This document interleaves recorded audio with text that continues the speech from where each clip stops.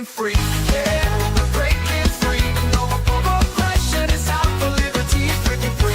Yeah, we're taking a stand. Freedom's in our hearts. We're reclaiming our land.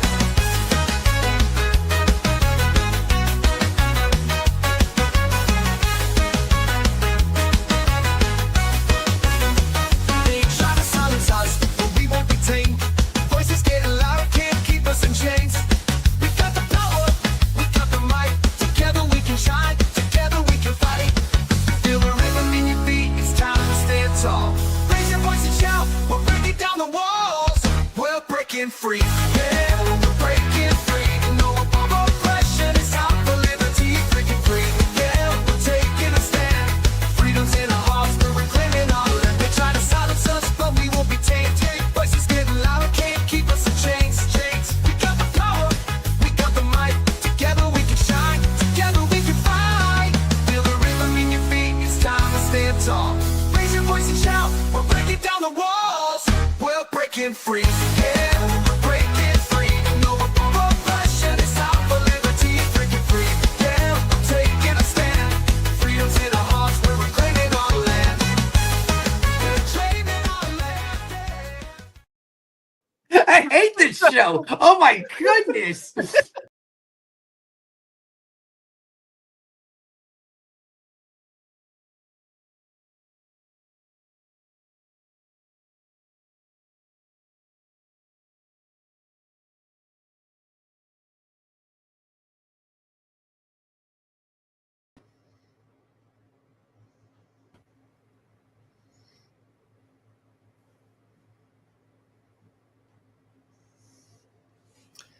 Happy Friday, everybody. Of course, now I got a cough. Excuse me. Welcome, welcome, welcome. Another Friday edition of Are You Smarter Than a Politician?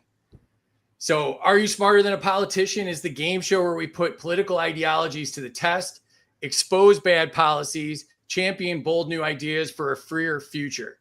So what we're covering this week is your kids, your health, your rights.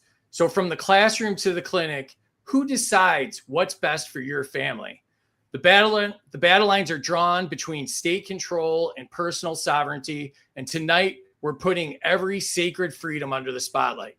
So joining us are three strong women of liberty. They're sharp, they're fearless, and they're ready to dismantle the status quo. They've gone head to head with corrupt agencies, medical tyranny, and educrats who think they know best. Now they're here to fight for parental rights, patient freedom, privacy, and accountability. We'll challenge the war on drugs, forced compliance in medicine, licensing overreach, and government power that dares to tell you what's best for your kids. The rules are simple. The questions are bold. Get ready, because tonight we're going to decide, are they smarter than a politician? So joining us are the lovely Leslie Batts is rejoining us for another go. Welcome back, Leslie. How are you tonight? A fabulous day today. Awesome.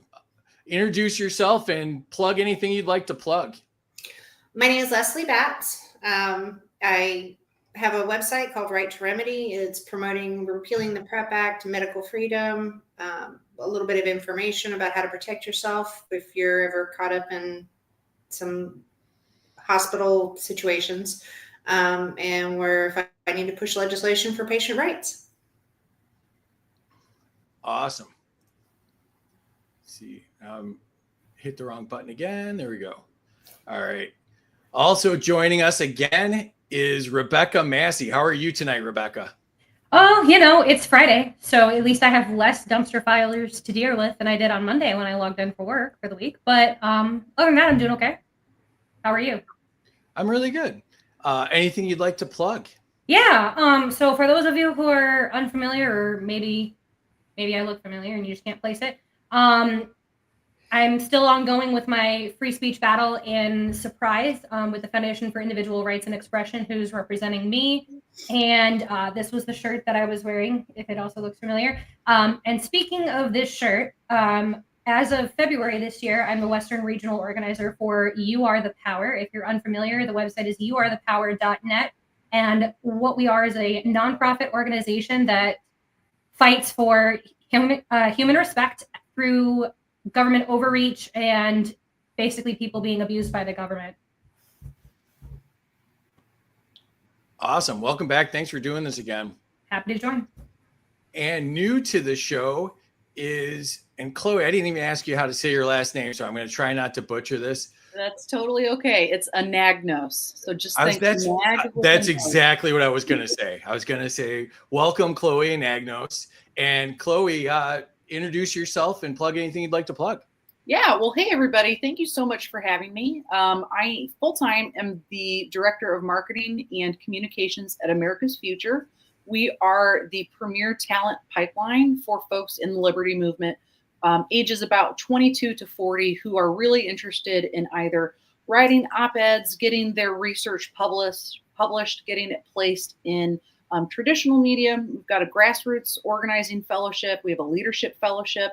So anything that we can help you do to better, develop yourself professionally, get your ideas out there, we definitely want to do that. You can become a member of America's Future right now. It's free, so definitely sign up, americasfuture.org /become-a member.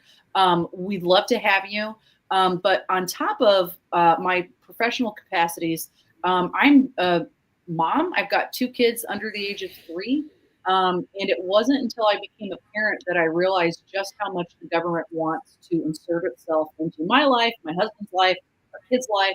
And it makes me very concerned. And so I like to use my platform and the fellowship that I'm doing through the Independent Women's Forum to advocate for women in the workplace, at home, to make sure that their rights are, not infringed upon.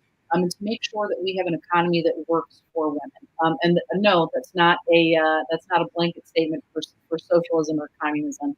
It's just making sure that the government stays out of our way so that we can provide the best that we can for ourselves and for our families. So with that, I really appreciate you guys having me on. I'm excited. Awesome. We're excited to have you. And you can find us on YouTube and Rumble at those addresses. So if you want to join us there, or most people are in the chat on X. So if you're on X, if you click into the video, you'll see the live chat, and that's how you can participate. And please share this out. We're trying to get these lovely ladies' missions out to as many people as possible. And speaking of lovely ladies, I want to introduce our producer, Terry Batts. How are you tonight, Terry? I'm doing fantastic. I'm so excited for this show because I know they're going to be great. I just know it. And the chat's already whizzing by. I love it. Excellent. And so an exciting bit of news here. We have a new sponsor tonight, and that is Zano. So if you're tired of surveillance coins dressed up as freedom tech, Zano is the real deal. It's open source, enterprise grade privacy. It's scalable and secure. Build, spend, and tokenize any asset without the peeping eyes. Zano isn't just private, it's none of their business. And if you're new to this space, you can visit intro.zano.org to learn how Zano gives you the power to own your own data, your money, and your assets, all in one simple, secure platform built for real-world freedom. So we're very excited to have them joining us. I actually been using Zano myself. I gave my son his graduation gift as Zano, so we're doing it together. It's been a fun little family project, and we check our Zano wallets every day and see how well our Zano is doing, and it's been an exciting thing to do. So definitely check it out. As you know, I think decentralized finance is the future, getting our money out of the system, not supporting the fiat fraud that our government is shoving down our throat is a big deal to me. So I've been talking about it a lot, and you'll be able to experience that if you go to that website, intro.zano.org. Also, I wanted to show we have our merch at freedomsuperstore.com. Pick up our latest merch. These designs don't whisper, they shout at the establishment. Every piece is built for the bold, not for the obedient. This is gear that's unapologetically free. Grab yours and wear the resistance. So go to freedomsuperstore.com and you can get the gear there. And so please share this out. And let's see here. Let's go into the chat for a second. Chat's already hopping, like Terry said. Chris is here. Welcome, Chris. Shirley is here. Welcome, Shirley. Middle of the night. We appreciate you joining us there. Scientific's got 100 to everyone without a prostate. Oh, here he's still trying to land this joke from Tuesday. It didn't go. Yeah, see. I mean, it's funny. I laughed. Okay, all right. So you have to be as smart as Rebekah to get it. So obviously that explains why. That's not saying much, but okay. Welcome, Kat. Welcome, Quintus. Oh, Quintus is on Team Rebekah. We've got teams starting up. Andy's here. Welcome, Andy. Oh, he said, woohoo, I made it to see Are You Smarter Than the View? That's pretty good, Andy. I like that. 300 to Rebekah for the shirt. Welcome, Mr. 1776. Casey's here. Welcome, Casey. Plus 100 to Chloe for the Venice painting. I actually don't know if that's Venice. Well, don't tell Scientific. It'll take points away from you. Oh, It's very okay. Don't take technical. points away. Yeah, I'm not sure exactly what it is, but it's a thrift store find, and there's a hole over in the corner. That might. It could be Venice, Florida, too. We was not specific about the geography on that. There we go. Brandon's here. Welcome, Brandon. Hody Johns is here. Welcome, Hody. Glad you could catch one, man. Hody's got a couple great shows, so make sure you're checking out Hody. He's a man of faith. He does a great show on that. He does a show with Big John. Make sure you check those out. 200 to Chloe. Chloe's getting some points already. Terry's been at the pool. Terry's always been at the pool. That's old news.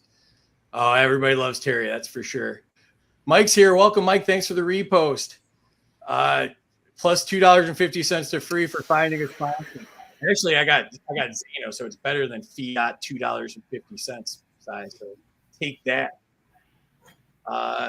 Yeah, please do look up Zeno. That's it's really great, and they've got a lot of cool stuff going on. And we're going to talk a little bit more about privacy and stuff like that in this show. So it's a great fit.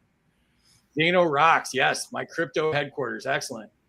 Chris is here, the Freedom Coach. Welcome, Chris. Make sure you're following Chris and checking out his Freedom Coach spaces. They're excellent and have helped me and Terry with what we're doing, and especially the show, but also other stuff. He's excellent.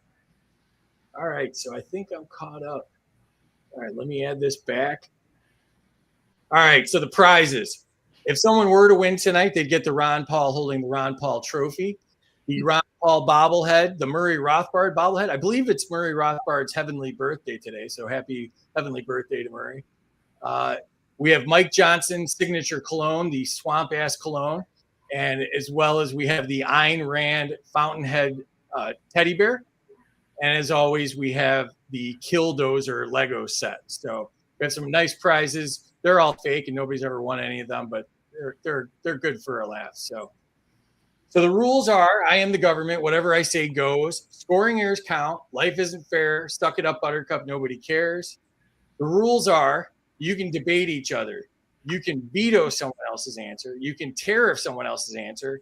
And if you're a Democrat and you like that somebody else did all the hard work for you, you can redistribute their answer. Of course, everybody starts off with negative 500 points because the government gets paid first.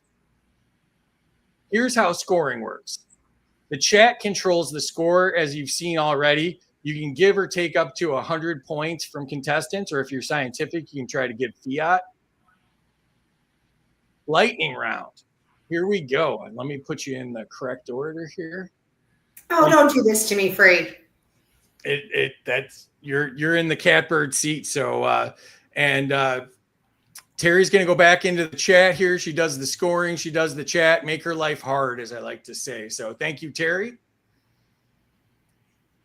And all right, here we go. So Leslie, since you said you didn't want to go first, you get to go first. That's the way it works, right? It's the government. You get what you don't want. You don't get what you want. So, all right. The category is parental rights versus state power. Should the state ever be able to override a parent's choice about medical decisions? Absolutely not. Not under any circumstances. Unless the parent is deemed unfit by someone close to that parent, the state has no business making any decisions for someone's children. I agree. Rebekah, to you. Should truancy laws be abolished? Yes, because my kids learn more at home than they do in school. Toodaloo, buckaroos. All Get them right. out. All right, Chloe, to you. Should homeschooling be allowed with no state oversight? One word, yes. Next question. All right. You got it down already. Excellent. I like it. Back to Leslie. Category is parental authority and education. Should sex education require explicit parental consent? Absolutely. I don't think the school has any business teaching sex education. That's, a parent's choice. All right. Rebekah, to you. Should private school costs be tax deductible? I mean, I don't think taxes should be a thing, but if they're going to be a thing, then yeah, they should be tax deductible. Why should my taxes have to go to pay for subpar education? There you go. Chloe, to you. Should school choice be a right for every family? Again, absolutely 100%. Universal school choice, baby. All right. It's going well so far. All right. Leslie, to you. Should schools disclose all third-party content and materials to parents? Yes. What third party are we talking about here? Are you talking about sharing their data and their information? Because that shouldn't be done, period. Or if you're talking about a third party coming in and providing education and tutelage to your kids, then also yes. Well, like books, movies, things that they're using, software, anything that they're using that's, not from the school itself. Oh, yeah, absolutely. A parent should have full access to everything that their children are being exposed to outside of their home, in the school setting. So I think it should all go through a parental consent. All right. Rebekah, to you. Category is medical autonomy for families. Should doctors be banned from treating minors without parental approval? I would say, assuming that there's no child abuse going on, then parental consent, above all else, should be the supreme rule of the land. So doctors should not be able to do that. I agree. Chloe, to you. Should families be able to refuse state-mandated medical treatments without penalty? Oh, I mean, yeah, they should. But I think, unfortunately, we're seeing that is the penalties are happening in the United States, especially on over in the UK. So that's a little concerning, but what can we do? Okay. Let me jump out again. The chat's really going, so let's get some more from the chat. Mike says, amen, but Andy's here, so he loses 100. I want lots of debates, ladies, from Chris. 100 to whoever starts the first debate. Yes, 100 to Free for bringing up the parental rights question. 100 to Leslie for zero state intervention on child medical decisions. If parents decide to euthanize their kids, I think maybe someone should do something, not the government, though. Yeah, I mean, that's the whole thing. It's like, if the government's doing it, then you're assuming that the government knows what they're doing, which, I mean, I think we have, centuries worth of examples of they don't know what they're doing. So, well, and that was why I clarified, just to be clear, that's why I clarified someone close to the parent, someone who has intimate personal knowledge of that parent and is aware if there's abuse or neglect or they're not making appropriate decisions for that child, but it should never under any circumstances be the state. And that's exactly why I said what I said about the whole parental consent with medical treatments outside of abuse or something else going on. Right. yeah. What I say my kid gets, they get. You also run the risk of, the state considering religion an abuse or, not vaccinating your kids in abuse. So who defines what abuse is if it's the state, right? Me, the state is abusive. I agree. 300 to Leslie for zero state, 100 to Chloe for no state oversight, 200 to Leslie for parent choice, 100 to Leslie for parental consent. Rebekah gets 100. 100 to Chloe for universal, 100 to Rebekah for taxes being deducted, 100 to Leslie, 100 times 2 to Leslie. Oh, 100 to me. Thank you, Mike. Appreciate that. I'm on the board. All right. Leslie, back to you. Should digital health records require your permission for every access? Yes. If somebody accesses your health records, should you have to give permission? Yes. Yes. And honestly, under the regulations that are in place now, that should be the case regardless. Unfortunately, every time you go to the doctor, when you sign any kind, they make you sign this kind of blanket consent form, and you're without reading it, because now it's all digitized, you're giving a blanket consent for pretty much everything, to share your data, to share your information, to provide treatment. Everything is included in that. So you have to make sure that, and I'm going to go off on my mission here, but when you go to any doctor, any hospital, make sure that they are printing, not signing a digital pad, but you print out the copy of any consent forms that you're signing, so that you can actually edit that form to what you will and will not allow. Excellent. All right, Rebekah, to you. Should blockchain technology secure patient-doctor privacy? I mean, I think when it comes to InfoSec stuff, you want the most secure privacy and security rules out there. I know blockchain can definitely be more secure. I would say, to give a politician answer, it really depends on what you're using, because everything has its flaws. But in general, whatever, it should be above industry standard. I'll put it that way from an InfoSec perspective. All right, great. Chloe, to you. Should families be able to opt out of government health surveillance? Oh, absolutely. And I feel like this is a situation where you should have to opt in, right? Like it doesn't make sense, in my opinion, to have any type of government anything where you have to automatically opt out. I think it should always be a voluntary opt-in type of situation. I agree. Leslie, to you. Category is digital safety for kids. Should tech companies be banned from collecting data on kids? All companies should be banned from collecting data on kids. No one under the age of 18 should have any of their data monetized, collected, gleaned, anything. See, that's why you're sitting at the top there. That was a better answer than my question. So good job. Rebekah, to you. Should parents have access to everything apps know about their children? Yeah. Why is that even a thing? Like, honestly, I mean, and this might just be my IT project management degree talking here, but all of my kids' devices that I give them are parental controlled and have multiple fail safes and multiple different things on there on purpose. I mean, realistically, if I have to give consent to have something installed on my phone, it's a conversation that I have with my kids, of course, but I should know what my kids are doing on their phones or tablets or computers, whatever it is that they're using. That's why I'm glad you have the tech experience. I don't think enough people know that. And I think people just, buy the phone under pressure and then let their kids do whatever they want. No, and realize. I'm not an expert by any means, but if anybody has questions about it, like, by all means, feel free to hit me up on Twitter. Like, I use Google Family Link for the Android devices. And then I also use Bark for my daughter's cell phone, and it's really good. And then once my other kids, because I've got 3, so I only have one with a cell phone because she's 11. Like, those are really good, and I'm not sponsored or anything by anybody.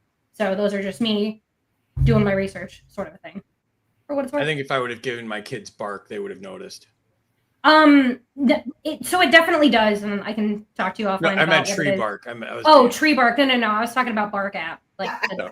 Bark. It looks like a little dog, not Tree Bark. All right. Since that joke went so well, let's just continue. All right. Chloe, to you. Should schools be forbidden from forcing students onto government apps? Should schools be forbidden from forcing students onto government apps? Well, are we assuming that if we're assuming that they're government schools? See, this is where it gets tough, because can you go back to the question for me real quick? Absolutely. I'm I'm going to say forbidden from, well, you shouldn't force people to go on anything, but I guess the question is what do you consider a government app? Like, oh, hey, we're going to learn how to use irs.gov, right? Like, I don't think you should force students to use anything, but if it's a government school, I mean, I feel like you kind of have to do what they tell you, unfortunately. Private schools, on the other hand, not so much. So I'm not sure I answered that question very well. No, that's good. I could debate her if we wanted to. Go ahead. I was just gonna say, I mean, like, really, I think you bring a good point, right, Chloe? It really depends on what you consider a government app, because if you're in a high school class where you're talking about life skills, home economics, how to balance a checkbook, how to do a budget, or what have you, I think that because they're at an age where they're having jobs potentially and they're having taxes taken from their paycheck, I think bringing irs.gov is one thing. But again, it would be something that probably should be done with parental consent, because you're dealing with a social security number at that point. Or you could just do general information on there. But if you're talking about, like, and I can't think, because again, my kids are all 6th grade and under sort of a thing. I can't think of where that would be even relevant in any way, shape, or form up until you get into high school age, where the kids out doing stuff on their own. Well, and like, all right, let me jump in for a second. Like, the idea of this question came from Trump is rebooting the Presidential Fitness Council or something. Oh, I don't want that crap. Nuh-uh. Right. So they theoretically make the kids go to a website, log in, and then start to provide health information. You know, parents should have consent on that, is really what I'm going for on that. I mean, I have a rule. If you're fatter than me, don't give me fitness advice about my kids. Goodbye. Ooh. Let's call that the Randy Fine rule. It's a good rule. I found out Randy Fine can't block anybody. That he found out he had to unblock everybody. So I've been. Oh, did you see Apex dropped him too? I was dying. Yeah, that was good. Yeah. So, all right. Cyberbully, the government cyberbully, Randy Fine is really the takeaway there. So Mike Lee's fun to cyberbully too. He gets really emotional. All right. So to Leslie, should any apps used by minors be required to run on open source code? So should they have to run on open source code? You pick their own. I don't know tech at all. I imagine, if you will clarify, open source code means that it's not a. You can see the code. You can see the code that is in the app, so you know people can go and look and see where the data is stored and stuff like that. That wouldn't help me. I wouldn't know what I was looking at. I can maybe take it free if you want to switch my question, Leslie. Yeah, unless mine's more technical. I'm not a tech person at all. I'm a very pro open source software kind of a person because of that reason. You can see exactly like who's contributed to it. You can see how it was formulated, what it's based off of, things of that nature, which is why I would, generally speaking, prefer something that runs on Linux or Unix based system like Android and other type devices. I mean, it's a derivative of, but it allows for more customization. It allows for more control on the end user's device, and overall typically does offer more privacy settings. And you can also, again, see what's going on, like what you're actually dealing with. Excellent. Great jump in there. Appreciate it. Yeah, if it's not plug and play, I don't know it. All right. So Leslie, I'll give you Rebecca's question then. Should parents be able to delete any data stored on their child? There should be no data stored on their child in the first place. So absolutely. There you go. So thanks for straightening out my questions there. Now I'll remember. Now I go to Chloe. So Chloe, should school issued devices come with no surveillance software? Oh, absolutely. But I'm also of the mindset that most devices are not very good for children to begin with. But I also have a 2 and a 3-year-old. So maybe when they get older, I'll change my mind. But yeah, I'd say, please don't spy on my kids at all. All right. Leslie, to you. Category is birthrights and parental sovereignty. Should parents choose how and where to give birth without interference? Yeah, of course. There's this misconception that every birth has to take place in a hospital. And it's absolutely not true. If you are putting yourself or your child in harm's way, I would definitely recommend somebody would be there to monitor, that has some skill and knowledge. But there's no reason that you can't give birth any appropriate place. All right. Rebekah, to you. Should vaccine decisions at birth require advanced written consent? I mean, it's either you consent or you don't. I think it's definitely something that vaccines in general, parents should have more information given to them ahead of time versus the sort of e-consent that you give at the doctor, the pediatrician, or what have you, where the little insert, it's almost like if you ask a question about the vaccine these days, you are automatically kind of like shunned or told to get a different doctor, like you're not a match, when I'm a very big proponent of informed consent. And so I think that the short answer is it depends, but I do think that the information should be provided so that the people who are consenting for the children that are being birthed or taken care of or otherwise have the information and can make an informed consent, an informed decision. Can I elaborate on that a little bit? Absolutely. Yeah, by all means. Go for You're it. more well-versed on medical freedom than I am. That is a conversation that you need to have the moment once you choose who your OBGYN or pediatrician is going to be. The moment you find out you're pregnant, those are conversations you should be starting to have at that time, so you know where everybody stands. Because if there has to be a change that needs to be made later on because you're not on the same page, you should really know that before you're in a hospital with a 1-hour-old and they're forcing you to make a decision about it. It's a shame that that's the state that we live in, that you have to do your research ahead of time, because I should be able to, like, if I started out with the AAP recommended vaccine schedule, and then down the line I realize that kids not reacting right to it or whatever, you should be able to change on the fly. If it's to me, it's no different than if you're going in for a surgery and they realized, oh, hey, the laparoscopic isn't going to work. We're going to have to do that or whatever. You have to make certain decisions on the fly. You don't know what you don't know. Well, to take that even a step further, a lot of times what I'm finding out is that parents aren't even asked in the hospital if they want to provide Hep B and vitamin K to their children at birth. It's assumed that they're going to do that. So you really have to take it upon yourself to be clear and opt out if that's what you choose to do. And I'm not a proponent of telling anybody what decisions they should or should not make for themselves or their children. Those are choices you make for yourself.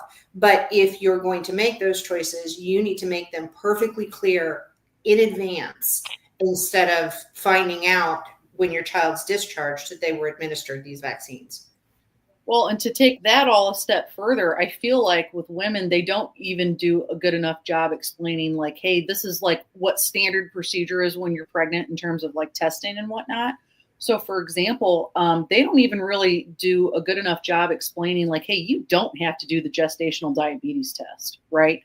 And I remember, and I'm not an expert by any means on medical freedom like you are, Leslie, but I remember going in with my second pregnancy with our son, and they said, oh, hey, by the way, you're having the blood draw today. You know, you got to drink the sugary drink and then you do the blood draw. And I said, hey, I just ate an entire bag of sour gummy worms in the car. That's going to spike my blood sugar. I should not do this today.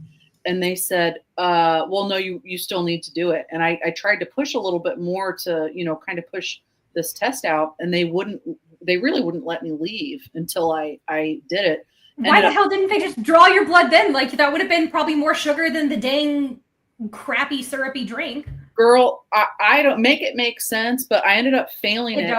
And they said, hey, you're going to have to come back and you have to do the even longer. The 3-hour one. Yeah. No. One. And I said, no, I'm not doing it. I said, I'm not taking out any more. Good for you. I'm not taking any more time. So that always kind of has really frustrated me, because I feel like they don't even explain when you're pregnant and, you know, you're a new parent, you have no idea what's going on. They don't even explain. So that's my little tangent. But anyway. No, I think that's fair, because you're right. They don't, unless you have a really solid OBGYN and you have a pre-existing relationship. Like, I know same OB delivered all 3 of my kids, right? So luckily we knew the drill, sort of a thing. But if I had to go to a different doctor, I'd be starting from scratch, and I already have some kind of, I get really crappy pregnancies and get hyperemesis that only like 1 to 3% of women get, and I got it with all 3 of my pregnancies. Yeah. Trying to convince somebody that you need intermittent FMLA because you're literally puking your guts out every 5 minutes and have to get IVs at home is not. They're like, oh well, you're just having morning sickness. No, dum dum. Oh, no. No, dum dum. I literally lose weight until about 3rd trimester. I understood absolutely none of that. So This could be a whole show on its own, Free. Yeah. I got a lot of stories. Maybe biologically we should have sex education of how reproduction works, so that way Free can understand how pregnancies work. I learned from the nuns. I think I know everything I need to know. So, got it. Solid education then. Yeah, exactly. Yep. So I think this is to Chloe now. Chloe, should blockchain record and protect birth certificates from misuse? Well, if we're going to assume, kind of like what Rebekah said, that, blockchain is supposedly like the best option that we have out there for encryption, then I say that maybe should be the gold standard to make sure that nobody's medical records, birth certificates, whatever, can potentially be hacked and used. So I would say, yeah, I mean, if it's available and if it's the gold standard, then by all means use it, protect people.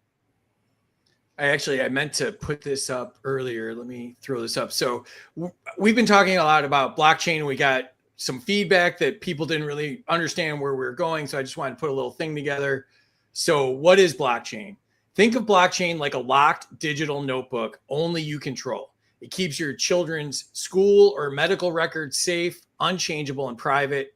So we're talking a lot about education and healthcare tonight. So in education, you can see grades, lessons, consent forms, notes, and no one can change them behind your back.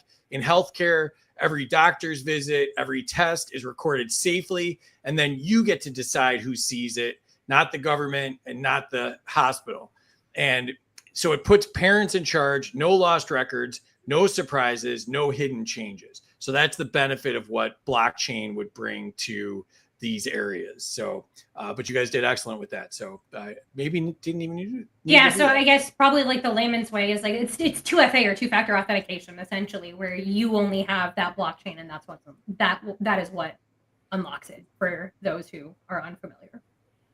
There's my tech nerd for the day. There you go. I learned something.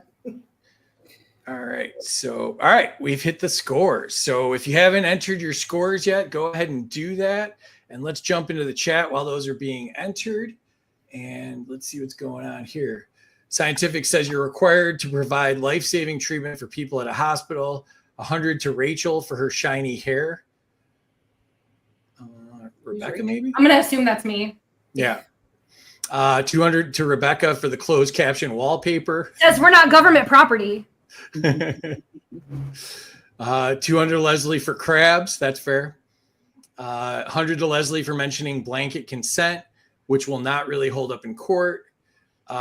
Mike says Leslie's just 100 for explaining because these are things people need to know. And tis the law gets 100 for beating me to it. Hody John says 100 to all 3 contestants for making my ANCAP self happy with these non-state answers. Amen to that. 100 to Chloe for the opt-in answer, baller answer. Nice work, Chloe. 100. Why stop at kids? No data mining at all. 100% Chris. Dana's here. Welcome, Dana. Chloe is awesome. That's a fact.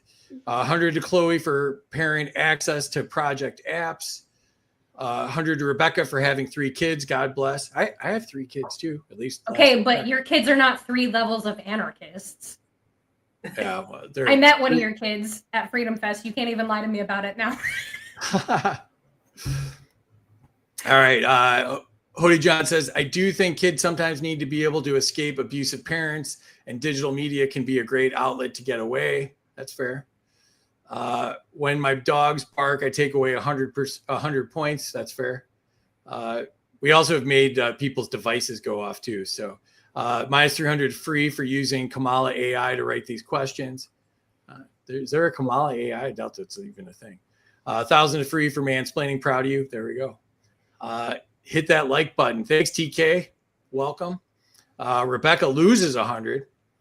100 to Leslie for being honest and not being an IT nerd. 500 to Massie for cyberbullying Mike Lee. I do it on the daily. What a dip. So now he's not coming on the show. Thanks, guys. 100 You don't to want Rebecca. him. He thinks Cat Turd's a smart human being. He's trying to get traffic. It's a whole thing. Thomas is here. Welcome, Thomas, the award-winning filmmaker. Make sure to follow Thomas and check out his film. 100 to Rebecca for riding the back of my chair in Palm Springs. Minus 200 Rebecca for refusing to sing the song from the Titanic. So They don't that's sound like Celine Dion. I don't know. I think that what to tell turns him. into a negative 100 there. So It does. That was not nice. Womp womp. Minus 200 Rebecca. Company IP privacy is important. 100 to Intellectual Leslie. property isn't a thing. I agree with you. 100 to Leslie for no data storage on kids, period. I took my sons. Minus 200 to everyone for making me late. Well, welcome, Kilburn. We waited for you. This is only question number 1. So, Mike, 100 to Chloe. 100 to Rebecca on consent before vaccine. 100 to Rebecca for making that clutching pearls gesture. 100 to Leslie for convo with doctors before birth. Those medical conversations should be able to end at no. Dan's here. Great advice to Leslie, 100% or 100 points. Healthcare should be a service industry, 100%. 100 to Chloe for saying what not. 100 to Chloe for saying I'm not an expert by any means.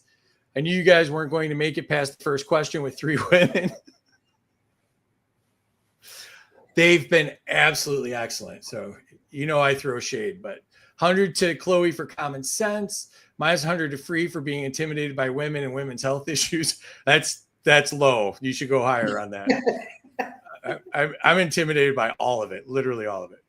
100 to Leslie for reminding me that this show does not give out medical advice and does not substitute for professional medical advice or consultations with healthcare professionals, legally speaking. Leave it to Scientific to put a medical disclaimer and a label on the show. 100 to Rebecca for terrifying free. That's 100%. 100 to Chloe for blockchain. 100 to Rachel because I got her name wrong. There we go. Or is that Rochelle? Maybe Rochelle. I think that's Rochelle. So we're just going to call me different R names, the whole thing. That's fine. You're going to get the Casey Kelsicles treatment now. So I've been called worse. You're It's all good. truly a member of the gang now. So, all right, let me pull up the points here. We'll just call you Lady Massie. It's the other Massie, actually. No, I'm just kidding. All right, and here's the points. We got Chloe and Leslie tied at 1,000. So that's we got a tight race here with Rebecca just behind at 800. Chloe, you're new. What do you think so far? This is really fun, and I've never done any type of like debate discussion like this before. So I really like this format. I think this is neat. Awesome. You're doing great so far. Thanks for doing this. And Rebecca, you're back again. What do you think so far? I mean, right now I'm kind of mad at Thomas Cleater for deducting points because that's the only reason why I'm behind. But that's just the competitiveness in my heart speaking. I did the clutch pearls gesture just for you, Tom. Hi, Tom. Other than that, I'm having a blast like I did last time. So thanks for having me again. Leslie, you're back. I think you've been on a few times now. Welcome back. And what do you think so far? I think we're having a great time. I am loving spending time with all you lovely people this evening. Excellent. All right, let's get back to it. We've got a couple more here. 100 Rebecca for dig at. What is that, a cat or something? I don't know. Cat turd. Okay. But there is a turd emoji if you want to use that. That'd make it easier for me because I do read pictures, so I'm good with that. Better than the words. 100 for rabbit cat for not caring. Oh, that was even hard for me. I don't even care.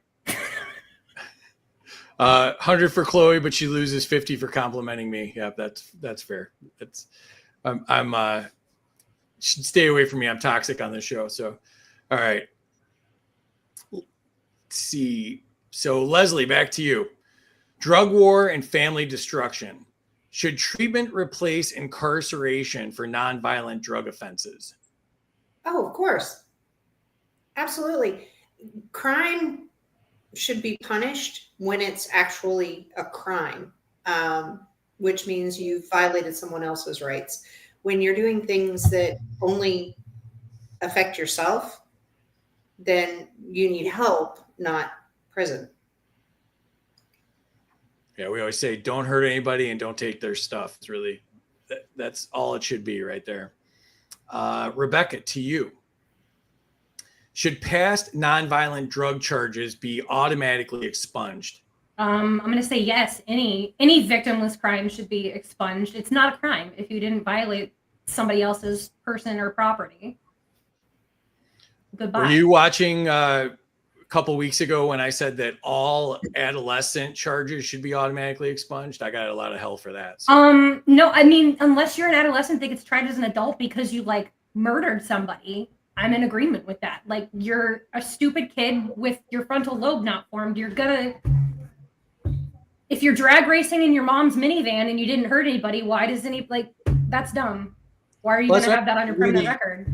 If you're going to be charged as a minor, it's because they think you're a minor and that you're not an adult. Correct. So therefore, why have that record chase them? See, I should have asked that question on this day because I got a lot of flack the time I asked it. So no, those people you guys are wrong. Obviously smart. I'm going to get flack in the chat and probably get points deducted because I'm defending you, but I support you on this.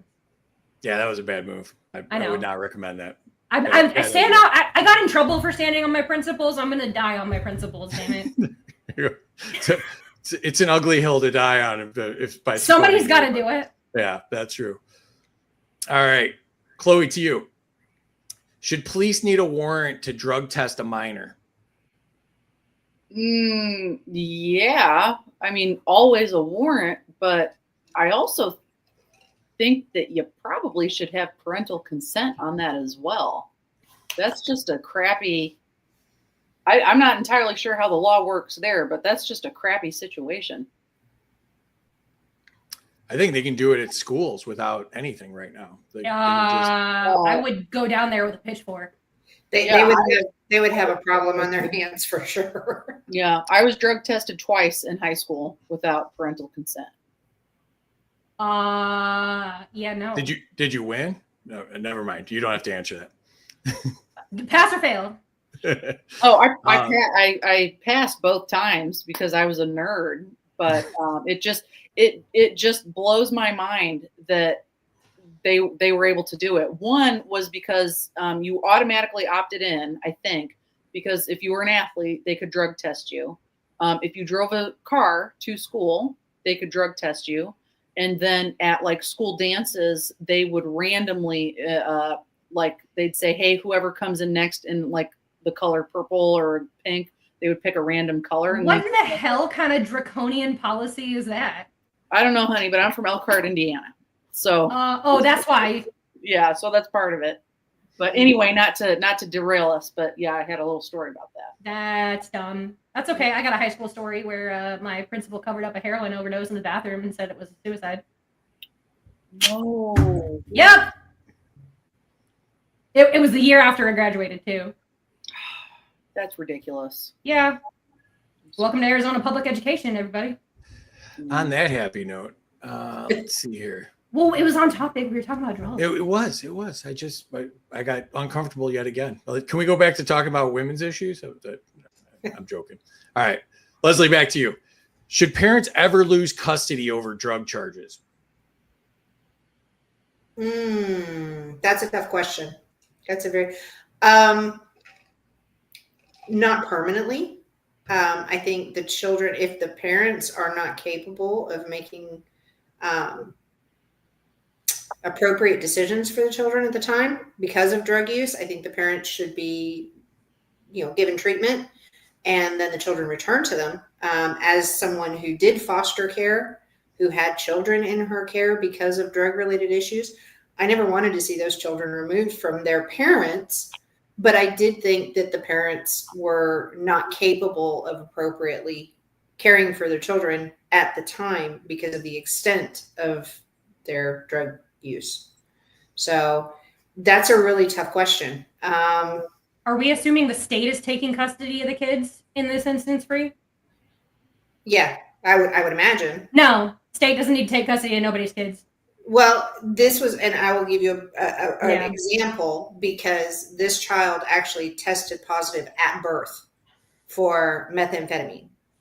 Yeah. So, and that's where I think I think you and I are probably aligned on it. I'm just going to give the shithead libertarian answer on it, which is that the state shouldn't take kids from parents, because we all know that like the parents that need to have kids taken from them are not the ones that they take kids from. It's somebody who has like a therapeutic dose of cannabis or something else in their system, and they're like, oh, you're a drug user, I'm going to take your kid. Meanwhile, it's somebody who works a corporate job, Right.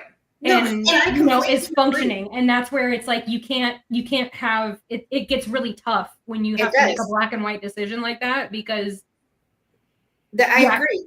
I think that it boils down to, it takes a village. Like if I saw one of my friends going through a hard time and I knew that they were off their rocker and just like shooting up all the time, I'd be like, give me the kids. Right. And it should be placement should always be with a family member, not in a family or trusted friend. Right.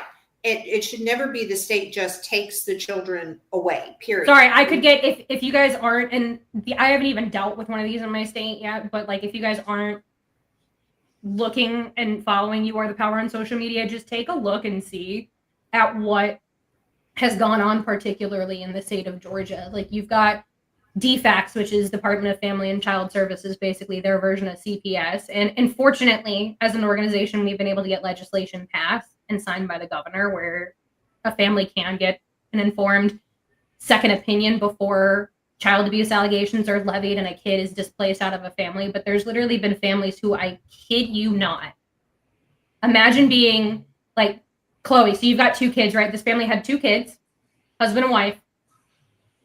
I forget what was specifically the issue was with the kids, but it's the Hernandez family, if I'm remembering correctly.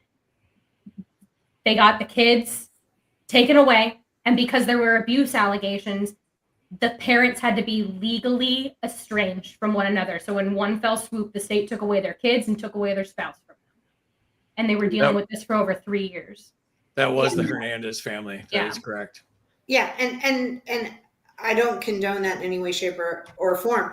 I'm simply saying when these are heavily drug addicted that can't make good choices for themselves, and if a woman is using and putting her child in jeopardy during pregnancy, she's got a bigger issue, and mental health for sure. Exactly. And I think getting her the help she needs to be able to take care and make choices for her children is priority. Yeah. Now whether that's the state that does it or whether there's another, outside intervention system, that's, completely open to discussion. But I do think that there are certain circumstances where children need to be protected, and it's not necessarily the parents that are in a capacity to do that. All right. So that's something that we could debate. We could debate that all night. Yeah, that one's a tough one. Hold on. I got more where that came from. Oh, so, perfect. We love speaking of You Are the Power, I put them on this category. This is Child Protective Services Accountability is the category. This is to you, Rebekah. Should the state be banned from seizing children without due process? I mean, I think the state should be banned from it regardless, because the state has proven time and again that they don't know what the hell due process is. But assuming that there is actually a due process, yes, there should absolutely be no fabricated child abuse allegations. I mean, you're talking about some of the stuff that we were dealing with in Georgia, just for those who are unfamiliar. It would be like a child with brittle bone disease or some other type of osteodegenerative sort of thing. And the child would have hairline fractures from just normal contortions that you have to like move to change the baby's diaper, put it in new clothes for the day, things that you're doing that normally you would do as a parent who cares very much for your child. And it was something that was genetic and passed down through the family. And parents were like, getting their kids seized from them by the state because the doctors were like, oh, well, these are contortion. these are like contortion injuries and seem like they're things of abuse. And I'm like, they'd ignore the medical evidence and outright, there were trials that these parents had criminal charges pressed against them for this sort of thing, that the state refused to have this evidence admitted. They did things like they refused to have the arresting officer testify. The prosecution wouldn't let the officer testify that arrested these parents. Like, I don't know what sort of dystopian hellscape we're living in, but people need to wake up and need to understand that the government is not here to help you at all. Oh gosh, yeah. All right, There are cases in Oklahoma where a state representative has submitted evidence that children are being abused, trafficked, sexually abused. I mean, young children winding up pregnant in foster care because of sexual abuse, and CPS is refusing to acknowledge. They get lost in the foster system too. And not only that, but you are the power actually discovered through getting the legislation passed. And this is going to anger everybody who hates taxes. And I know the chat thinks that taxation is theft. So hopefully I get points there shamelessly. But aside from my points, Griff, there's a part in the Social Security Act that actually incentivizes CPS to take kids under child abuse allegations. The state gets more money if they take a kid out of an abusive The more kids they have in custody, the more money they make. Absolutely. So same in It's child trafficking. Child trafficking. It wasn't much different in the hospitals. They were being incentivized for treatment. Yeah, I mean, you could go that way with organ donations too. organ donations. Sorry, Free. Sorry, Free. We're taking over your show now. Surprise. That's all right. That's what I'm here for. We've gotten comments that the best shows are the ones where I don't talk at all. So you're right on track there. So, and almost 3,500 viewers. So keep sharing it out. Thank you very much. Chloe, to you. Should CPS be banned from using anonymous tips to remove children? Okay, so I struggle with this one because I myself have had to talk to a friend of mine who had to anonymously report the ex-husband and his girlfriend's children because she was afraid of repercussions from CPS because she had previously lost custody of her children due to drugs. So I don't like anonymous reporting because I feel like, kind of to everyone else's points, that, okay, people can fabricate, they can lie, they can misinterpret.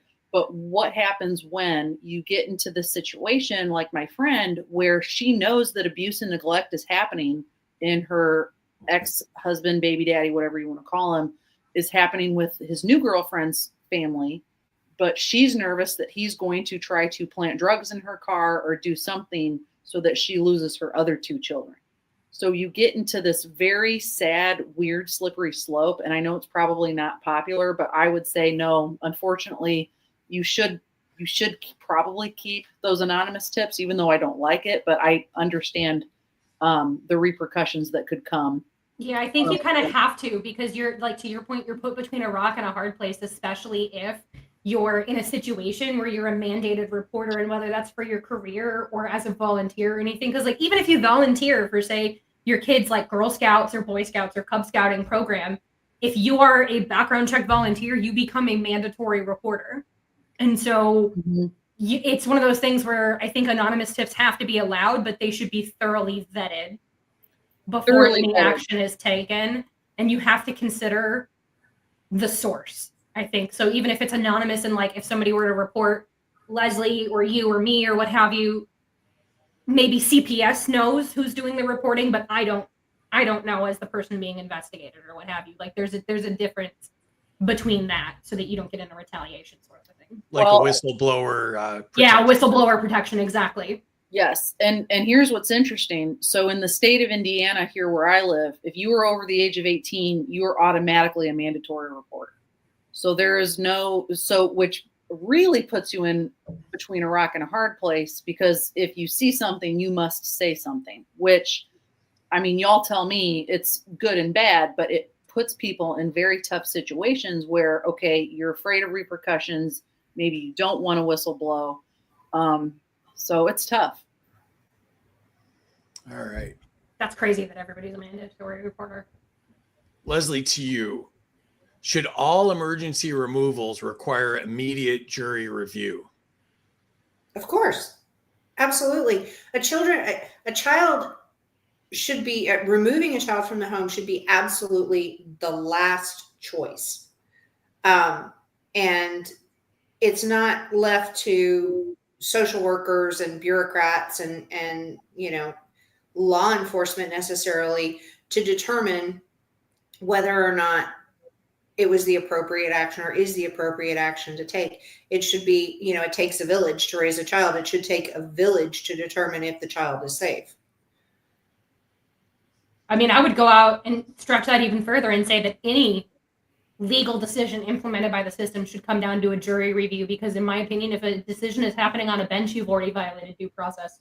Well, and I think that's the constitutional answer is everything should boil down to due process and review by a jury. As a matter of fact, if I'm not mistaken, there should be a grand jury prior to any Indictment. Yeah. For any, it doesn't happen. DAs review stuff all the time and make a decision, or don't. That's right. DAs indict people all the time. So I think you're right, Rebecca, and that's where it really gets convoluted in the system, because they're violating constitutional right in every aspect daily. All right. Rebecca, to you. Should every family be guaranteed legal representation during a CPS case? Yes. Like that's it. Yes. Like you should have, it should be treated in the same way that because usually CPS and criminal charges almost go hand in hand. Like if the state has already opened up a child abuse investigation into you, against you for your treatment of your kids, you can almost guarantee that there's going to be some sort of charge. Now, whether the charge has any teeth to it or not, doesn't matter. You should, you're having your children taken away from you. Why would you not be entitled to legal representation? I think it's bananas that that's not a thing already. Well, and they seem to discount the level of trauma that is imposed on the child from being removed from their home. I mean, you are doing irreparable long-term damage to a child being traumatic. The child doesn't know what's going on. They don't have a clue. All they know is that they love their parents and their parents are being tormented and they're being punished for nothing. Right. And even if they don't like their parents and they know that their parents are treating them wrong, like there's something to be said for moving them to like a next of kin or like a trusted family friend, because Absolutely. I don't understand why the state's logic is, oh, these kids are in a bad environment, let's go put them in a stranger's house, because that's healthy. No. All right, Chloe, to you. Should CPS agents be required to wear body cams during removals? Yeah, I mean, absolutely. I think there's no question about it, especially because, at least from other videos that I've seen on TikTok, YouTube, Facebook, anywhere where there's some type of parent that's pushing back and saying, okay, what's going on? Who gave the tip? Where's your warrant? I mean, yeah, I think the more proof in a court of law, the better. So yeah, put body cams on everybody. All government agents. I think they should all have to wear body cams. If they're getting a paycheck, they should wear a body cam. That's my 2 cents. So let me jump into the chat real quick here. I'll second the motion for you. Thank you. Again, defending me, not a good move, but I'm right. You know what? I'm going to stand on my principles again. I really don't care. Points be damned. 100 to Ray for the expunged bath. 100 for saying the word property. 100 more because he forgot your name. Minus 100 for trying the reverse psychology on us, Rebecca. 100 to Rebecca for dying on principles. 100 to the host. I don't even like children being tried as adults, because oftentimes this happens when they do something really childish and stupid. I agree, because I guess that was my point. So 200 to Leslie for looking so confident. There you go. Minus 100 to Chloe for growing up in a dystopia. 100 to Free for saying on that happy note. Yeah. 100 to Rebekah for making Free uncomfortable yet again. Yeah. 100 to Leslie for doing foster care. That's a gift. Yeah, that's amazing. 100 to Rebekah to compensate for dealing with chat people. 100 nerd points to Chloe. 100 to Rebekah. Yes, somebody should take away those kids, and no, it shouldn't be the state. 100 to Rebekah for saying shithead libertarian. I think that's an oxymoron, but is that a dead deer horn laying opposite the love plaque? I think he's talking about you, Leslie. So It's a shed. 200 bonus points. 100 to Rebekah for standing up against the state again. 100 to Rebekah for it takes a village. 100 to Rebekah for railing against CPS stealing kids with disabilities. That's a huge problem. Thomas is an amazing advocate for that. Thank you for bringing that up. 100 to Rihanna for clarification. I guess now I can go, oh, Nana, what's my name? Yeah, or if you have an umbrella handy. I don't. I have a sunshade that looks like an umbrella. Way too many positive points here. Oh, here we go. Chat's turning on you. 500 Rebekah for not trusting the state. 500 Rebekah for mentioning my disability. 100 to Rose for saying osteodegenerative. 500 Rebekah for pointing out the corruption. Too serious. Here we go. 200 Rebekah for rightful anger at CPS. 500 Rebekah for pointing out the financial incentives. 100 to all for talking so much that Free can't talk. Keep it up. See, it's a good strategy. 100 to Leslie and Rebekah. 100 for pointing out facts. Minus 100 to everyone who let the brainworm answer on organ donation. 100 to Chloe for the latest gossip. 100 to Rebekah for reporting. See something, say something laws or fear mongering. 100 to Chloe. 100 to Leslie as I created the see something, say something vibe. If a jury cannot be justified, there cannot be a crime. 100 to me for saying that. Thomas almost made himself the winner last week, and I think he's going for that again. Yes, absolutely. CPS is so corrupt that they need to be taken to task.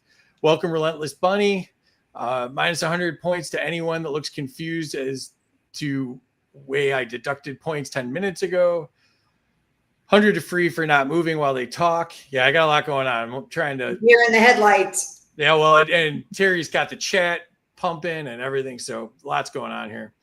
Okay, ladies, someone smile. 100 to Leslie for not being on the couch with Jet all over her trying to eat her. That's pretty good. Minus 100 to Free for being able to read. I know, like I'm doing pretty good tonight, so I must have the right amount of caffeine for once in my life. All right, back to it. Leslie, to you. Should CPS case files be public after case closure? Yes, but the children's name should be redacted. That's not something that should ever follow children for the rest of their life. Okay, great. And I want to throw this up here real quick. Wanted to shout out You Are the Power and the amazing work that they're doing. And this seemed like a good category to do it on. And you can donate to You Are the Power at youarethepower.net. They are an amazing organization. Spike Cohen and the team and Rebekah do amazing work. One of the best charities out there. So join them, get a membership, make a donation, go to youarethepower.net. And if you want to volunteer, hit me up. All right. And so, Rebekah, to you. Category is parental consent for school activities. Should schools disclose content of outside speakers in advance? Yes. Like, why is that even? Like, if you're bringing somebody in to speak, you should know as a parent what's going to be discussed, regardless of whatever the topic. And it should be educational, obviously, and I, as a parent, should ultimately have that choice of whether or not my kid goes or they get an alternate activity for that day. Because I don't know who you're bringing in there. Why do you need to bring them in there? All right. Chloe, you mean doing drag queen story hour? So, yeah, that's a whole other thing. Sorry. No, it's all good. I mean, like, I've had to, like, literally look for those. Because, like, when people were arguing about those, I was like, let me just see if I could find one. And even when I was in California visiting my in-laws, I couldn't find one. The only time I've ever been able to find one, and it's usually on the other side of the city from me, like, hour and a half drive away, has been, like, during Pride Week. So I'm like, why are we up in arms about something that I can't even find anywhere? Yeah, I think it culture was wars two. are meant to distract us for sure. Mhm. So, all right. So, Chloe, to you. Should parental consent be needed for every online account created by the school? Yes, but I'm maybe because my kids are not in school, so maybe I'm just a little confused as to what some of these online accounts would be. If we're talking about like a grade portal, or like I'm not really sure what else. 100%. Like anything where they have to, where they're sharing your kids' data with other Oh, organizations and yeah, absolutely. I mean, I don't see who else they would share this data with. So I would say that consent has to be done every single time, for sure. yeah, and when I was talking to Terry about this category, Terry does amazing work. Follow Terry on this. She's a journalist as well as the brains behind this. But she does amazing work, and we wanted to point out while you're registering your kids for school, all the stuff. Make sure you check out her guide on that. It's horrifying the things they do with your data. So, all right, Leslie, to you. Should families preview all film and video used in the classroom? I think that they should be notified of it and provided the title and the author and maybe a brief summary for anything that's provided in the classroom. But I think that should be done at the beginning of the year with a curriculum if you request it anyway. So you can be aware of what your kids are studying that year. They have all of that stuff lined out at the beginning of the year unless they're doing a special day anyway. So yeah, I mean, I don't think they should be showing anything to your kids that you haven't approved. You can go to school board meetings and they'll usually discuss the things that are coming up in the school year. That's how I find out about a lot of it, honestly. All right, if I may add a point. You may. So I'm a sensitive person, a little bit of a sensitive flower. And when I was 15, 16 years old, you want to know what film they let us watch in high school and they didn't tell our parents about it? Schindler's List. No. Yep. Full-blown panic attack watching that film. And the sweet thing was that the gal that was sitting behind me in class, I didn't know her very well, but here I am just, sobbing because, Schindler's List. And she just kind of reaches over and starts patting my back like, it's going to be okay. They're there. But this goes back to most of the time, I don't think parents have any clue what the hell's going on in school. And I think COVID really kind of peeled that curtain back. So anyway, just wanted to even if they can legally go and like see it at the theater if it's PG-13 and you're showing it to a high school class, like it should be something that is given like advance notice to parents or even like a reminder, like what they said. They have email communication systems now, right? Like tell me what's going on, because my daughter, and especially for those of you who don't know, I'm coming up on your anniversary, right? So I got arrested at city council for talking about an agenda item, which was a pay raise for a city attorney. Well, my daughter, who was 10 at the time, was with me. And there were times subsequently all throughout the school year last year that whenever something would happen, I had to basically explain why she might be a little bit more sensitive, because she witnessed me getting bodied by an officer and swarmed essentially, and then cuffed. And so like it's one of those things where like for me as a parent, like if what you're describing, right, if they were going to watch something where I don't know what the 10 to 12-year-old version of Schindler's List would be, but if they were watching something like that, I would probably just be like, hey, probably not a good idea for her. Like, is there something else that she can do, or can I watch this at home with her or something? Yeah. And I don't see any reason why, teachers do a plan for teaching. I don't see any reason why that teacher's plan, which goes over the things that they're going to be reviewing and anything they're going to be watching or learning or listening to, why that can't be published in their student portal. We're in this amazing age of technology and we way underutilize it for education, for politics, for a lot of different things. So we have the option to be able to do those things. I think we should start utilizing it or requesting it or even demanding it at some of these school board meetings. All right. That was Rebekah, right? So No, that was No, that was me. that was you. All right. Yeah. So We got free confused now. I'd do much better if there was just one guest, because then I'd know whose turn it was all the time. So, all right, Rebekah, to you. Should schools notify families of all club participation? Ooh, this is a good one because, like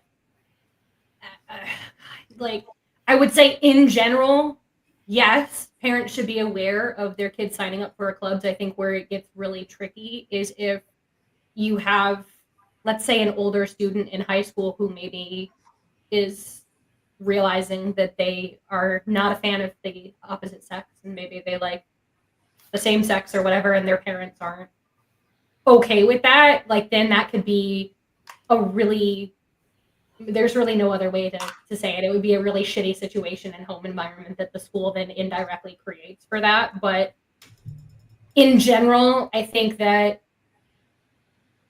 yeah, the parent should be notified that their kid is participating in this, because ultimately it's the parent who is the legal decision maker for the minor at that point in time.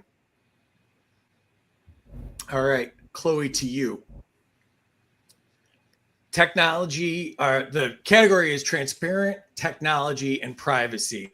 And this one's brought to you by our sponsor, Zano. Should medical records be stored on blockchain with access controlled by parents? Yeah, I mean, I think it's the gold standard, right, for privacy. So if it's something that is able to be done, absolutely. And I think that only parent, guardian, or any other, trusted adult should have access to that. So yeah, why not? Great. Leslie, to you. Should all school records be accessible by parents on the blockchain? Absolutely. Of course. We have, for my son, we have a student portal where I can see his grades, his test scores. I can see, his attendance, disciplinary action, and all of that kind of stuff. Do I think it's secure enough? Absolutely not. But I think that should be accessible as far as blockchain. If that is the gold standard for security, data security, then 100%. Excellent. Rebekah, to you. Should school clubs and activities require blockchain approval for enrollment? Ooh. Like, I can't imagine why enrollment needs to be that secure sort of a thing. I mean, I would say if it's like content, especially if you're talking like athletes where maybe you have health stats and stuff like that, especially when you're getting into like height and weight type things, like if a kid's doing wrestling in high school or what have you, that kind of boils down to PII, or personal identifiable information, and in part sort of medical records if you're talking height and weight.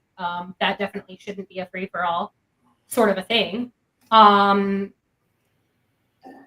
think it really depends on what it is that you're talking about, but if it's just like you're in student government, like why does that need to be encrypted when the elections are published at the school sort of a thing? Like, this seems like a lot of work for not a lot of payoff, you know what I mean? Well, one version of the truth for all of it that's accessible by the parents and approved by the parents is really what I'm going for there. Yeah, then I mean, obviously, I'm going to continue with the theme of today, which is parental consent above all else. Excellent. All right, Chloe, to you. Should all education software code be open source? Okay, so I'm going to go with what Rebekah had suggested earlier, because I'm a pretty big tech person, but I don't know as much about coding as I would like to. So if that is kind of like the gold standard for making sure that, we're transparent, then I'd say go for it. But again, I'm happy to be corrected. Okay, great. Leslie, to you. Category is financial privacy. Should fundraisers on the blockchain be anonymous and free from government tracking? Yeah. I don't want the government knowing anything that I'm doing. They can butt the hell out. That's yeah, I an think easy I one. think the only exception for that is like political donations. You know what I mean? Like if you're talking about how a candidate is funded, and I know that that's a very unlibertarian answer to give, but if our politicians are bought and paid for, I want to know who's bought and paid for them. Well, yes, and that should fall under campaign finance rules and regulations too. But I thought you were referring specifically to But individual. yeah, like if you're talking about like a 501c3 or I donate to my kid's school fundraiser. Gifts and Go Yeah. or something like that. Yeah.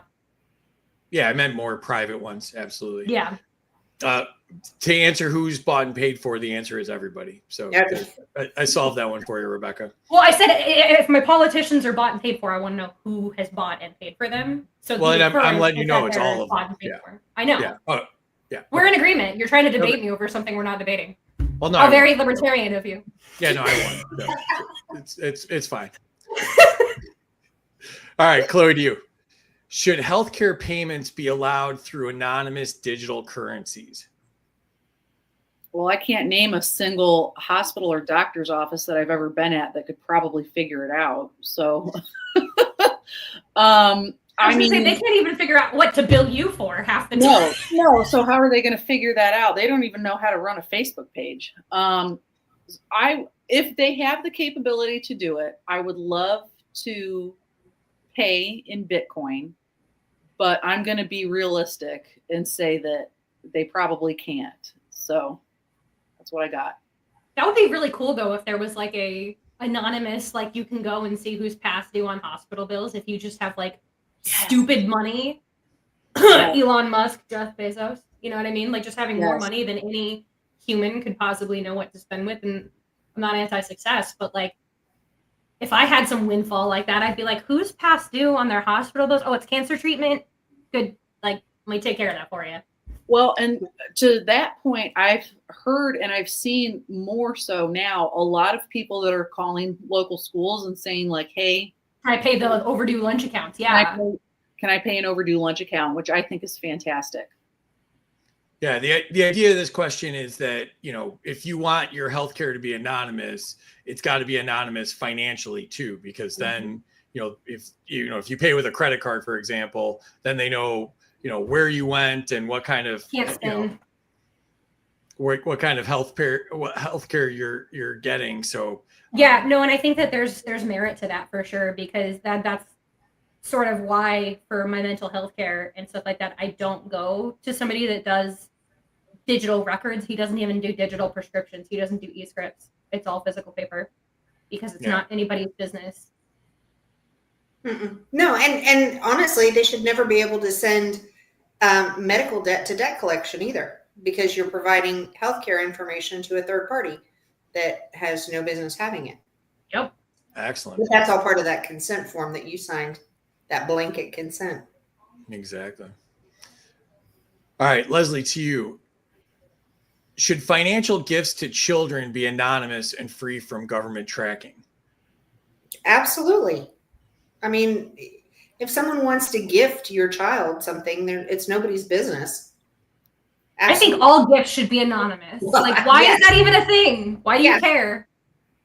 I will if you get over $600, it's like ridiculous. Why is 600 the threshold too? Like, that's such an arbitrary, weird amount. Yeah.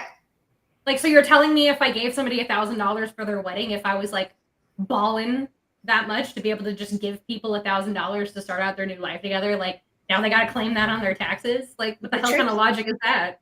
The trick is just do it in some untraceable format, whether it's cash or crypto or something like that. Don't be giving away my secrets, Leslie. And don't put it in the bank. Just keep it. Definitely not in the mattress either. Find a safer place than that, please, people.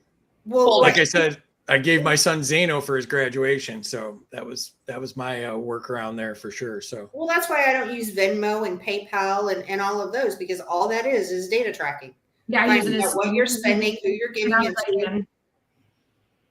Yeah, exactly. All right, Rebekah, to you. Informed consent and health privacy. Should you be able to revoke access to your medical data at any time? Yeah, the second you wind up with a doctor who's clearly, oh, well, we're not a match for you because you're asking them the hows and the whys and what's needed and what the alternatives are or whatever, and you're trying to make an informed consent decision, you open up the grounds for retaliation. And at that point in time, like if I have a doctor that were coming to me and I had the ability to just boop revoke authentication, like you can in, I don't know, video streaming apps, or I can revoke authorization on like banking apps or anything like that. Like, why can I not do that with my healthcare? Agreed. Chloe, to you. Should patients own all imaging, scans, and results by default? Absolutely, and I should be able to own any pictures the TSA takes of my sexy body. Well, the TSA shouldn't exist. Yeah, to your point, they shouldn't exist. But anything that the government, and then my doctor takes, I want. Speaking of which, I know somebody who got stopped for a random pat down by TSA, and they were wearing a shirt that says "It's not gay if it's TSA." I was like, couldn't have planned that one better, pal. I had a friend, believe it or not, she had, you know, those like really cute sparkly pepper spray keychains that you can get. Mm-hmm. We were going on a work trip somewhere, got right through. They didn't even notice it. Yeah, I got stopped by TSA one time because I forgot I had a buck knife in like a hidden pouch in my purse because it was just always in there in case I needed it. And the TSA agent like freaked out when I tried to grab my purse back from her because she literally spent 10 minutes, I shit you not, looking for this knife. And I'm like, it's right here. No, not that pocket, this pocket. And like trying to point at it. And I was like, lady, you're holding up the line. And I was like, it's right here. She's like, do not touch the purse. I was like, you can throw the knife away. It is a $5 Cabela's buck knife. You can have it. Oh, yeah. Well, what's that report? 90% of weapons get through in their field tests. Like they're just absolutely. And I know what's dumb is I could kill somebody with a ballpoint pen, but you let me take that on the airplane. Like I had all my stickers. I had all my stickers from Freedom Fest in my bag coming back from Freedom Fest, and they pulled them all out and swabbed them all because apparently the little square packaging that they're in looked like something to them. You're trying to give people free drugs, clearly. Yeah. Acid so they pulled my whole sticker. bag apart for that, and then we're like swabbing them. My son was just standing there like, only you. I'm like, yeah, you know, like my illegal stickers apparently. So, all right. So, Leslie, to you. Should consent laws be uniform nationwide? That you should be required to give consent? Yes. Every state, there should be no exception whatsoever to being granted the authority to give consent or not give consent. I agree. I'm going to be contrarian here and just simply say that, like, you shouldn't have centralized authority anywhere. Well, you know, I mean, I think you're right. I think you're on the federal government controlling what consent is because they don't know. Well, that's true. I'm working on that, though. I'm working on. Leslie's our best hope on this one, so don't dissuade. Exactly. These are not the droids you're looking for. Rebekah, that backdrop, LMAO, move either way, real time. It's a different message, sweetheart. There you go. We are governed, not uppity. Minus 100 to Rebekah for every time she hits her desk. Minus 50 to me because I haven't been able to accuse anyone of not being a real libertarian. This I did. Plus 200 to Chloe because Gavin Newsom hates me for saying I wish he was the kid. Let's see, 100 to Leslie for curriculum transparency. 100 to Hansel. I opted out of watching so bad that her dystopian childhood like Schindler's List. 100. All right. 100 to Ruth for tearing of you. What is going on? 100 Rebekah because she'll say anything great while I'm send all my gifts in his for revoking medical authorization. There were no drugs. And not a titanium and. Oh my God, free in the USA. Dang. Yep. This t-shirt, 100 to Chloe on including TSA image at all, but the stickers, they swabbed them all. So going to check the scores. So let me third with 1850, but interrupt. I asked, or I mentioned this to Terry, but I'm probably does not want to go to bed. And my husband is demanding my help. He's a little bit of a lady that, did you tell her if you were losing to pretend like she couldn't go to bed? Was that? She also knows that, yeah. Oh no, it's a plus. Definitely want to works. All right. I'm a mom that works remotely too. I relate Have Oh, fun. yeah. Go do Thanks it. so much, Chloe. Take All right. care. Bye-bye, y'all. Bye. All right. You want to do a couple more and then we'll call it? Yeah, we can do that. Okay. All Wrap it right. up. So I'm forcing it because I'm forcing it because I made it category specifically for you guys. So this is pick one. Okay. So this is the Appreciate pick the Uncle one. Sam nose pick. Yeah. Yeah. So, all right. So the question to you, Leslie, pick the best path to protect medical freedom. Either ban all mandates, allow opt-outs for all treatments, privatize all care, limit FDA authority, or require written consent always. Okay. Can we split screen and keep that up for just a second? Is that possible? Okay. Yeah. So, Whatever you want. Whatever you want. Okay. Pretty much all medical care is privatized. It's subsidized by the government, but it's privatized through the hospitals, the doctors. It's big corporate medicine now. So that's not even really a thing. I would say written consent always, but not just written consent, to be able to pick and choose, like a la carte, what you want to consent to and what you don't. So signing these little digital pads with your name without even actually having the ability to read the consent form is a huge no-no. Don't do it. Don't ever do it. Make them print you a copy so you can read it. Because like I said, one of the things that they do in there is you're basically giving an implied consent to every treatment, to anything that they want to do while you are in that facility or office or wherever. So I would definitely pick making sure that all consent is written, documented, and clarified prior to any treatment, procedure. Even if you're going in for, a stub toe, make sure you know what you're getting, because they are mining your data. They are selling your data. They're selling your children's data. One of the new things that they're trying to pursue now is the genetic testing that they're doing at birth to check for different kinds of genetic abnormalities or genetic diseases. I think they cover 6 now. What they're trying to pursue is mapping a child's entire genome. And, we can go off into left field about what that entails and what Sounds like the plot of Gattaca. Uh-huh. Yeah. So it's another huge rabbit hole. But just like they sold all the information for, the DNA testing for 23andMe, BlackRock owns it all now. So there's a lot of information out there in those implied consents that you give just without even thinking about it. When you click, you're clicking accept all. And that should be by far the first thing that goes by the wayside. All right. Rebekah, to you. What's the strongest Fourth Amendment safeguard? Warrant requirement, exclusionary rule, right to silence, right to encrypt, or local law enforcement nullification? Ugh. They're all so good. Why do you have to do this to me? Honestly, I think it's a toss-up between the warrant requirement and the nullification piece of it, because you need to get rid of bad laws to prevent bogus warrants from going out, and they kind of go hand in hand. So I think if I had to pick one, probably nullification, because nullification can indirectly lead to basically all of those other things. Thanks for coming to my TED Talk. There we go. All right, Leslie, to you.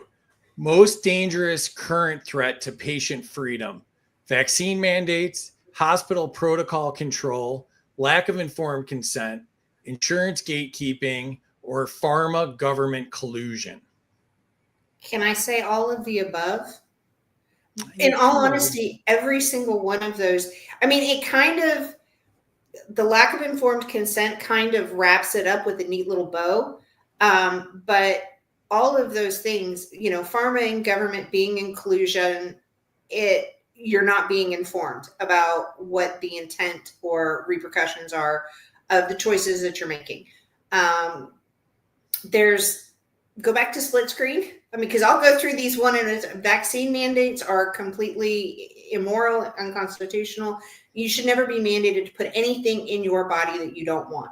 Hospital protocol control, well, that kind of goes through the insurance and administration and legislators practicing medicine without a license. So you're not getting informed consent there either, because you don't know who's making the decisions for your care. And insurance gatekeeping, these guys, they're letting people die because they refuse to authorize treatments that they don't want to have to pay for, or they're paying for the wrong treatment. So the doctor has to give you the treatment that might kind of work, but isn't really what you need. Or they question the prescription that the doctor who saw you in person wrote because the insurance doesn't want to cover it. I'm like, who's practicing medicine? Right. They're all practicing medicine without a license. The only person who is not practicing medicine anymore is actually the doctor. Everyone else is practicing medicine. The hospital administration, the insurance companies, the government mandates, they're all practicing medicine except for the doctor. 100%. Rebekah, to you. How should we improve public records access? Make Freedom of Information Act free, remove redaction loopholes, allow anonymous requests, mandate 30-day response, or punish stonewalling? God, this is like a F everything above, since we've got 5 options up there. But I think that the biggest thing that you can do, so I'm fortunate enough to live in Arizona, where most of my FOIAs are more or less able to be free under state law if it's for personal use, sort of a thing. So that's really like not I know it's an issue elsewhere in Arizona, but at least in a lot of like the Phoenix metropolitan area, it's not. If it's for personal use, I don't have to pay for it, especially if I get them digitally. But if I had to pick one of those, can you go back split screen real quick for me again? Because now my brain just dumped all of the other options except for free FOIAs. Gotta love ADHD. Anyways, honestly, I think allowing for anonymous requests is probably the best thing, because if you don't have a response within 30 days, you're getting stonewalled or you're getting redacted information. It's almost always because of who's requesting the information. I know, because looking at you, City of Surprise, I still have outstanding FOIAs from over a year ago that you have refused to provide me. I see you. Didn't forget either, but sorry. I'm going to get off that soapbox for a second, but like that's really what it boils down to, is it's retaliatory anytime you run into any one of those other things. 9 times out of 10. All right. Make FOIAs great again. All right, Leslie, to you. Biggest threat to parental medical rights: secretive school clinics, state override laws, doctor gag orders, CPS pressure, or public health mandates? Public health mandates, I would say, is probably the biggest threat, because they can do pretty much anything they want to do and say it's for the greater good, which means you are obligated to turn over your right to autonomy and individual choice. They're all bad, but I would say that would probably be the one that I would have to go with as far as the biggest threat right now. Yeah, because they can declare anything a state of emergency. Well, we're still in a state of emergency. We're in a state of emergency until like 2029 under Marburg virus. So we are still under a public health emergency threat right now. Whatever, man. So the PrEP Act is still in play. These people. Yeah, it's insane. All right, last question, Rebekah, to you. All right. Who holds too much Everybody power today? Everybody. Case closed. But no, honestly. Let me read it. Pretend like I'm fair. the host for a second. Okay, I guess I can do that. My green screen just fell off my chair. Hold on. All right, so upset. Who holds too much power today? Executive agencies, Congress, the Supreme Court, the Fed, or the intelligence community? Well, clearly Congress doesn't seem to have any power as of lately, because anything that they do, the White House is just not gonna do it. Doesn't exist, but you're gonna redact yourself off something that doesn't exist. Anyways, Honestly, I think everything in government has too much power. So I'm going to give the politician answer because if a law exists and you like it, if you let them change the fact that they have overreaching authority, don't let I them have think power. that was the first time we've ever had someone throw the green screen and pound the desk simultaneously. So okay, so to be fair, the green screen has a mind of its own apparently, because now it's like leaning forward on my head too. I can't win with this thing. I hope you got points for that. That's all I'm saying. So. I got minus points for banging my desk actually. So killing it over here. All right. So enter your scores. This is the last score, and tell us who you think won. And let's go to the chat while scores are being entered. Make Terry busy for the last couple of minutes here. Chat. Yeah, Casey's getting screwed by StreamYard here for not getting their comments in. Still haven't fixed that. I've put in many minus 100 to me for not recognized comments. So 500. I was wondering if this was a sneaky plum. So 100 for Chloe because of the Hershey's. 100 to Chloe for working remotely. Business. Thank you. Let's see. Minus 100 to Leslie for Gattaca was a good movie. Minus 100 to Rebecca. Nullification is the answer. Bro, that's what I said though. Mapping a genome is complete fiction, but 100 for a la carte consent on everything. 100 to Leslie for all the above. Can I answer this? Like them Epstein folders given everyone and let them flaunt it. 100 to Leslie for public health mandates being the biggest threats. 500 to first star jump. There you go. All right. So let's refresh the score here. I still haven't learned how to do a drum roll. We'll just have to have Rebecca banging on her desk be the Do you drum need roll. like sound effects? I can hook you up. I don't have any of that fancy stuff. We're winging it on a laptop here. That's fair. I have a so- DOS laptop, so I'm not much better. All right. So the moment of truth here. Rebecca wins it all with 3,600 points. Chloe did jump up while not being here. And Leslie I love just that for 50 her. points behind at 2,200 points. So, Leslie, what'd you think? A return? I always lose, but that's okay. That's No, you quite won okay. last time, I thought. You beat me No, last time, I thought. No, I think. And was it Moss Crisp's wife? Yep, Casey? Moss Casey won? Yep, Casey won last Those time. damn Moss Crisps. Thank you. We love having you. So, and it was great seeing you in person at Freedom Fest. I know. I was like, a big I am joy. not, I'm only partially catfishing you. I do mostly look like this in person. So, all right. Add Terry Terry? back in Sorry, Terry. as Terry completely loses it. So, I did it Terry, to her what did you again. think? Oh gosh, I love these ladies. They're great. This was a Hey, blast. So. Yeah, it was. I know everybody had to learn something tonight. That is for sure. And I always learn things. And I think it's the first time, Rebecca, we've had somebody actually like continuously like F the government.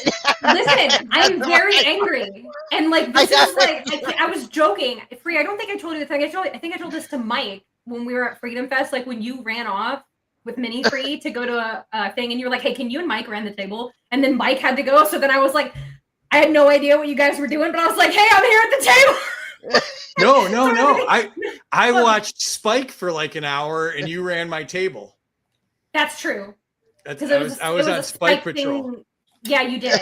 We traded because Spike is a very fun fact for Freedom Fest for those of you who don't understand the lore. I had never met Spike Cohen in person, and I was going there to Freedom Fest expressly to be his handler. So it's like, hey, sort of boss man, you've never met me before. You helped me once upon a time, and oh, by the way, now I'm the boss of you, and I have to tell you, please drink your water, please eat your protein bars.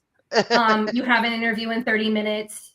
Did you go to the bed? Like, I thought he's like, this is really. Are you momming me right now? I said, well, I've been one for 11 years, so that tracks. But no, like all was right in the world. You were watching Spike, and Mini Free was watching me, so we were well monitored. So yeah, the special hug thing cracked me You up. need bail money. Yeah, no, nobody needed bail money, right? I did not sing at karaoke or on Tom Queter's wheelchair, so we're good there. But I told Mike when you had stepped away and I was running your table, I said, I feel like if probably according to the state, I'm like an enemy of the state at this point, right? Sort of a thing. And I said, I feel like if this is the state's villain arc for me, I can literally be like, who radicalized you? Like the meme, and be like, you did, to the state, because like literally I've just gotten more anti-power in general. I want to point out Dr. Belay's here. Welcome, Dr. Belay. And Scientific says, Belay, he's cool, but I'll never say it to his face. It keeps him humble.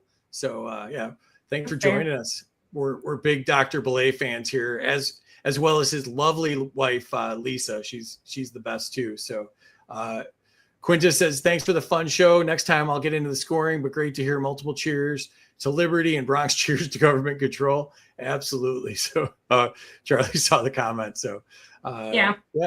And, Q's one of my buddies from Surprise. He was my tag team partner at Surprise City Council, basically. He'd be good cop, I'd be bad cop. Terry has the best smile. That's absolutely true. And the best laugh. Thanks to everybody. This was fun. Thanks, Hody. Good for you, Leslie. Even a small win is a win.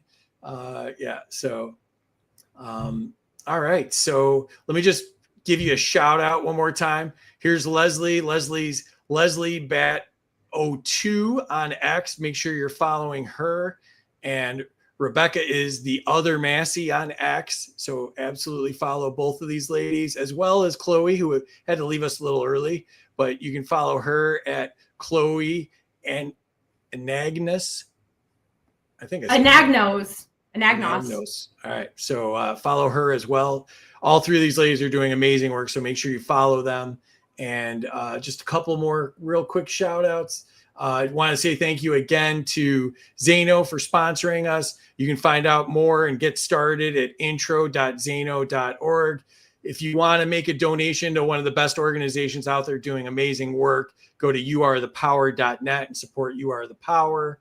And our merch is available at freedomsuperstore.com. We have great shirts and mugs, and hopefully be adding more to it soon. And make sure you're following me and Terry. I am Freedom for Us for All, and she is Bats T76. Make sure you're following both of us. And we appreciate everybody joining us. This was really a great time. You guys have anything in closing here?